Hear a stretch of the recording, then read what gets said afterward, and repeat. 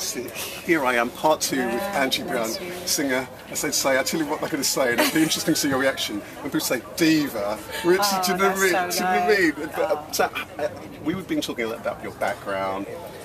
Background for singing, Brixton Girl, Clapham, Brixton Stockwell, Clapham, yeah. And doing all those kind of crazy kind of jobs, pretending you're a chef.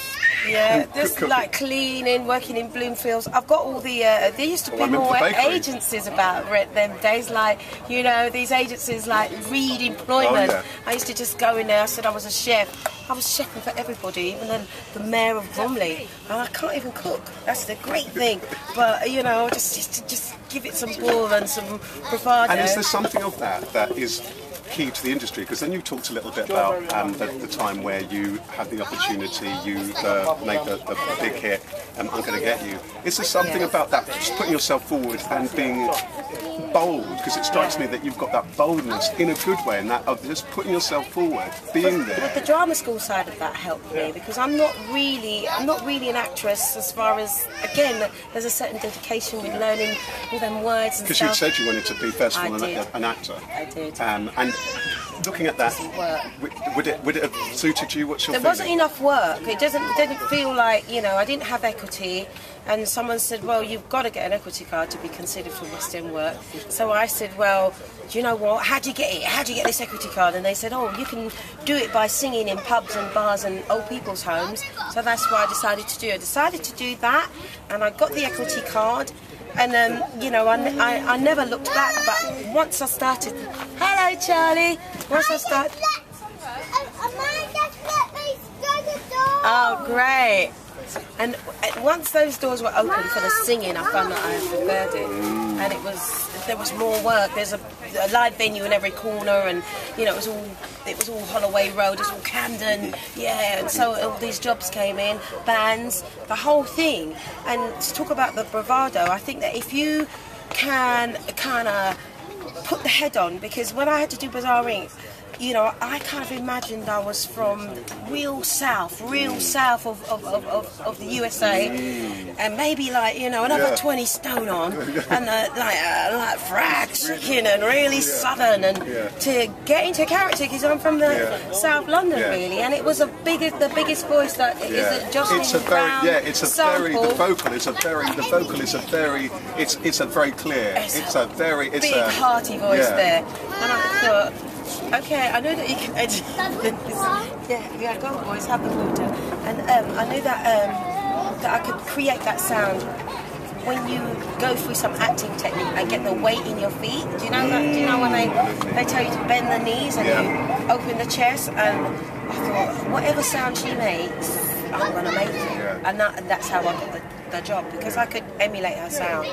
That's how I got the job, and I never looked back. But that kind of bravado, it comes from working hard. It comes from maybe doing drama school, maybe just believing in yourself. I don't know. What happens the moment when you finally make it? You've been working all this time, and I would imagine that things change. The checks start coming in, the calls start coming, the publicity, the television, and all that kind of stuff. How do you handle that? And when people are presumably stopping you in the street, how did you handle that? It was an amazing time, but it wasn't all my fame, because I was a featured singer with the band, so they were getting all the tellies and the radio interviews, and I was sort of in the background, and that kind of suited me, if you know what I mean, because my career has grown and grown and grown and never looked back, but it's kind of had the right kind of graduation, because I wasn't thrown into the limelight. I was sort of gently asked, or you know, can the boys not come to Big Breakfast next Wednesday? They were booked. Can we have Angie, because we've never interviewed her before, she seems like good fun.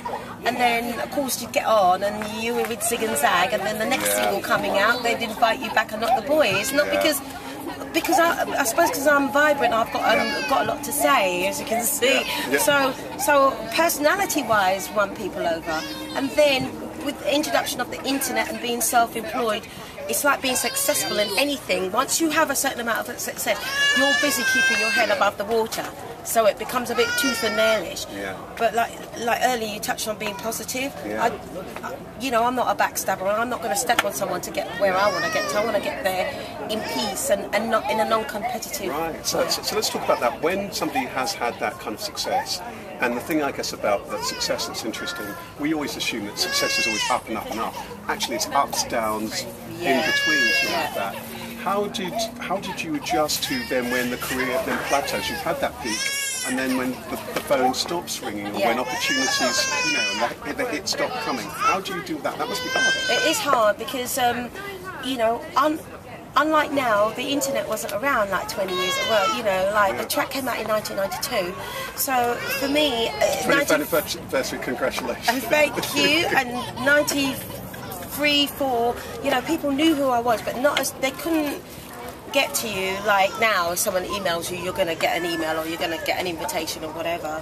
But back then, it was hard for people to find you, so you had to make sure that you were self-promoting for yourself. And also, you do meet negative people in the business. You do meet egos, whether they're producers, DJs, management, record company. They, for some reason, you are the talent, and they don't want you to exist, but or to get too much fame, put it that way, or be too successful. But they need singers, and I'm not saying this because I'm bitchy or negative, but a lot of other singers will tell you this, especially singers in the dance industry, because I think they can hire you today and fire you tomorrow, because you're not really signed to a long-term contract making albums. I'm not an artist like Adele, but I'm an artist that they can dispose of like quite quickly. So then you have to become strong within yourself and say, well, you're not getting rid of me because there's somebody else who wants to work. What you're saying is really powerful, because I guess that will resonate with lots of people listening to this who are doing regular jobs. You know, there might be a feeling that, oh, if you're in the entertainment industry, once you made it, you made it, and so on. But actually, we can be just like anybody else. Presumably, there's a job one day, there's not the next. Yeah, and it all comes back to spirituality, like you say. There's your positive energy and your angels and your guides pushing you and wishing the best for you. And you've got negative energy, you kind of put you down, and it could be your colleagues who don't want you to have that, or people around you who don't want you to have it. But you know, I think what's yours is yours in this life, and you have to create. I do believe in creating your own destiny, but I think what is going to come to you is going to come to you. Right, I like that. And tell me a little bit about life now. Singing up, Mum. You talk. I think you've just got back from touring and from touring. The kids. I was in Amsterdam. I'm always away. I'm always doing something. But I think you've got to just basic stuff. Live good. You know, send people a good vibe. You know, I think my show. I think that I give everything. I give the best that I can possibly give, and I want that back from people. And when they give that back to me, I give it back to them. So it's like making love. It's like the best space that you could be in, because everyone's happy. You know, it's not an easy job. It's very competitive, but you have to be the best you can be on that particular gig. And I think if you're not arsey, you're not difficult, you're no diva. I don't believe in any of that. I think it's, you know, get your head down. You know, get 1 or 2 drinks. You don't have to have the crystal. You don't have to be difficult, and they will have you back. And that's a way of sustaining your career. And what would your advice be to somebody who's thinking about starting out in a career in entertainment? What would your general advice be? Obviously, the industry's changed a lot, but lots of things are still essentially what you're doing is essentially the same. What advice would you give to somebody? I think, you know, you've got to remember that there's always somebody out there younger, 20 years younger, who's prepared to jump in your shoes, you know, who are probably can be, you know, uncomplicated. They're hungry, they're young, they look good, you know, and so to hang on to your position, you've got to, Charlie, Steady. Don't touch that. It's Steady. filming, Charlie. We're being filmed. Sorry, people. Don't touch it, please. And you... Steady. Oh, let's talk that back up. It's all right.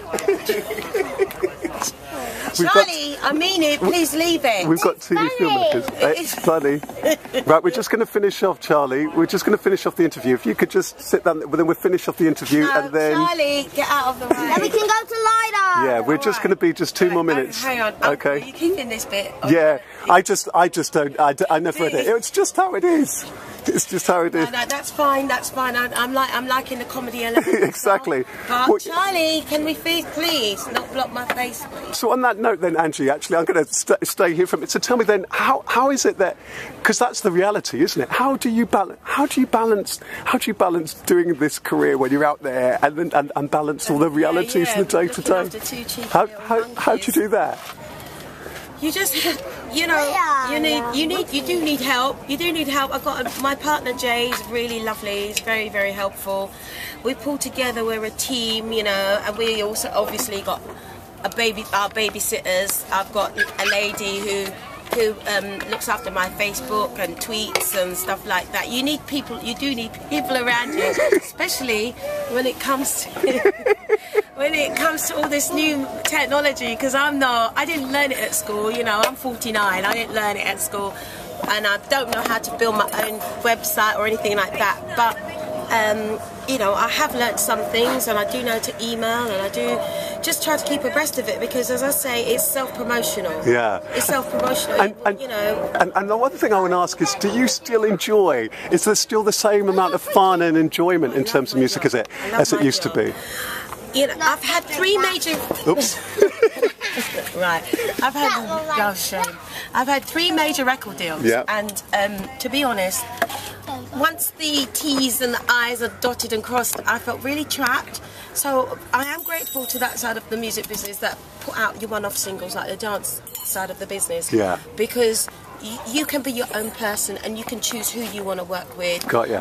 On the next single, the next forthcoming track that's out. And it's like the world's your oyster, because remember, people are getting in touch with you from Italy, France, Japan, you know, up north, everywhere. So the sky's the limit. You know, the internet is sort of open the doors, and there's no monopoly anymore. Well, and on that note, for people who are looking to find you, I mean, they'll often see you out on the singing circuit, but if people wanting to find you and watching this, and is there a website that we can direct people to? Oh, my website's really dated, but I'm going to update it. I am. It's just angiebrown.com. Angiebrown.com. But there's also, if you Google me, you'll see the Wikipedia, and you'll see Twitter and Google and all the other forms of contact, so you can get in touch with me, and I'm still available for parties and weddings. Bar mitzvahs, yeah. The only one I won't do is funerals, because it's just too sad. It's too sad.